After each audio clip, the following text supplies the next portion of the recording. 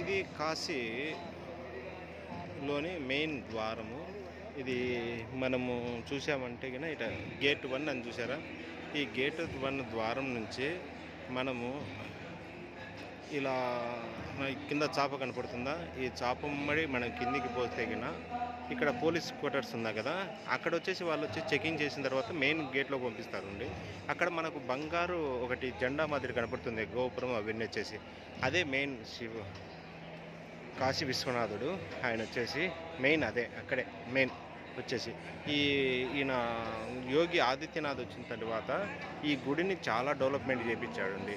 దీనికి వచ్చేసి 4 ద్వారాలు పెట్టాడండి. 4 ద్వారాలు మనకు కనపడుతుంది కదా, ఇది గేట్ 1, దాని తర్వాత గేట్ 2, ఇది గేట్ 3. ఇక్కడ ఉంది కదండి, అది గేట్ 3 వస్తుంది. అది అక్కడ వస్తుంది గేట్ 3. దీని వెనకాల వచ్చేసి బ్యాక్ సైడ్ వచ్చేసి ఒకటి 4 వస్తుంది. అది అక్కడ నుంచి వచ్చేసి మనం వచ్చేసి ఇక్కడ అన్నపూర్ణ దేవాలయం ఉంది కదా, అక్కడికి వెళ్ళొచ్చు అనేసి. అన్నపూర్ణ దేవాలయం అంటే కన్నా అక్కడ మీకు ఒక చిన్న జెండా కనపడుతుందా కదా, అక్కడ అదే అక్కడి కనపడుతుంది కదా, అదే వచ్చేసి అన్నపూర్ణ దేవాలయం. దాన్ని ఆనుకొని ఉండేది అది వచ్చేసి. అక్కడ వచ్చేసి కాశీలో అన్నపూర్ణ భోజనం ఉంటుంది కదా, 9 నుంచి ఉదయం 7 గంటల నుంచి రాత్రి 10 గంటల వరకు నిత్యాన్నదానం జరుగుతూనే ఉంటుంది. అక్కడ మీరు చూశారో లేదో, అక్కడ బోర్డు కనపడుతుంది కదా, ఏం కనపడుతుంది అక్కడ వచ్చేసి మీరు చూడండి ఒకసారి వచ్చేసి అన్నపూర్ణ ఫ్రీ మీల్స్. ఉండేటన్ని మొత్తం అంతా అక్కడంతా భోజనమే జరుగుతూ ఉంటుంది. ఉదయం నుంచి 7:30 నుంచి 10:30 వరకు, రాత్రి 10 గంటల వరకు. ఇది మన ముస్లింలు వచ్చేసి దండయాత్ర చేసి జ్ఞానబాపి మసీదు కట్టారు కదా, అది అదొక్కడ కనపడుతుంది కదా, అదే జ్ఞానబాపి మసీదు. ఇక్కడ వచ్చేసి మోట్ ఉంది కదా, అక్కడ మోట్ ఉంది కదా, అక్కడ వచ్చేసి కింద వచ్చేసి ఏదో ఒకటి బావి మాదిరి ఉంటుంది. ఆ బావిలో వచ్చేసి శివలింగాన్ని తీసుకుని వేశారుండి. దానికి ఎదురుగా వచ్చేసి నంది ఉండారు. మనకు వచ్చేసి నంది ఉంటాడు. నంది వచ్చేసి ఆయన దిక్కు శివాలయానికి ఎదురుగానే ఎప్పుడైనా నంది కనపడేది. అందుకు కాబట్టి ఆ నంది అనేది అక్కడే తిరిగి ఉంది, అంటే శివుడు అక్కడే ఉన్నాడనేసి వీళ్ళు వచ్చేసి దాన్ని అలా చేశారు. నేను మతాల గురించి మాట్లాడలేదు, కాకపోతే మనకు ప్రత్యక్ష నిదర్శనం కనపడుతుంది. కింది పక్క స్ట్రక్చర్ అంతా మన హిందూ దేవతల విగ్రహాలు, దానికి సంబంధించిన చారిత్రక విషయాలన్నీ అక్కడే కనపడుతుంటాయి మనకు వచ్చేసి. అది ఈ సర్వాంగ సుందరంగా దీన్ని వచ్చేసి యోగి ఆదిత్యనాథ్ డెవలప్మెంట్ చేశారు. కాశీలో చాలా కష్టం. మనం చిన్న సందులు వచ్చేసి ఒక వ్యక్తి పోతే కన్నా ఒక వ్యక్తి వచ్చేదానికి చాలా కష్టం. అటువంటి సందులు వచ్చేసి చూడ ఎంత డెవలప్మెంట్ చేశాడో ఆయన వచ్చేసి యోగి ఆదిత్యనాథ్.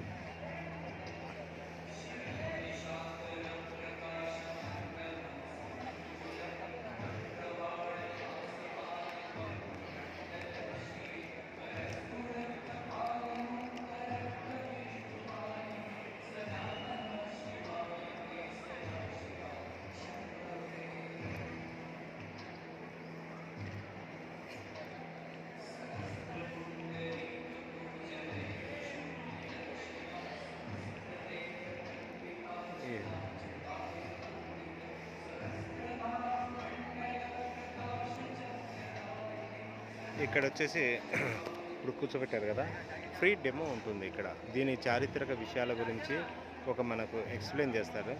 ఒకసారి మనం ప్రతి సాయంకాలం 5 గంటల నుంచి ఈ చారిత్రక విషయాల గురించి ఇక్కడ టూరిస్టులకు తెలియపరుస్తారు. వచ్చేసి ఇక్కడ గైడ్లు కుర్చీలు పెట్టారు కదా, యాత్ర గురించి మొత్తం ఇక్కడ ఉండేటోళ్ళు చెప్తారు. ఇవి గేట్లు ఉన్నాయి కదా, గేట్ల అమ్మడిపోయి ఆడ చెకింగ్ ఉంటుంది కదా, పోలీసు వాళ్ళు వచ్చేసి చెకింగ్ చేసేసి వాళ్ళని పంపిస్తారు.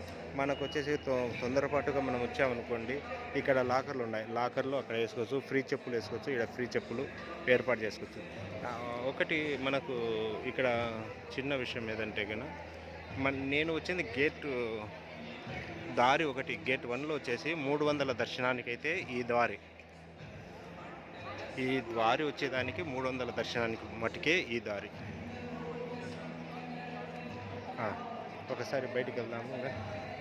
అది ఫ్రీ డెమోకు ఏర్పాటు చేస్తున్నారు అక్కడ. పోదాము.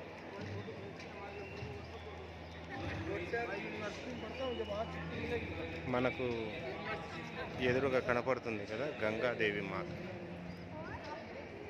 ఇదే దారి.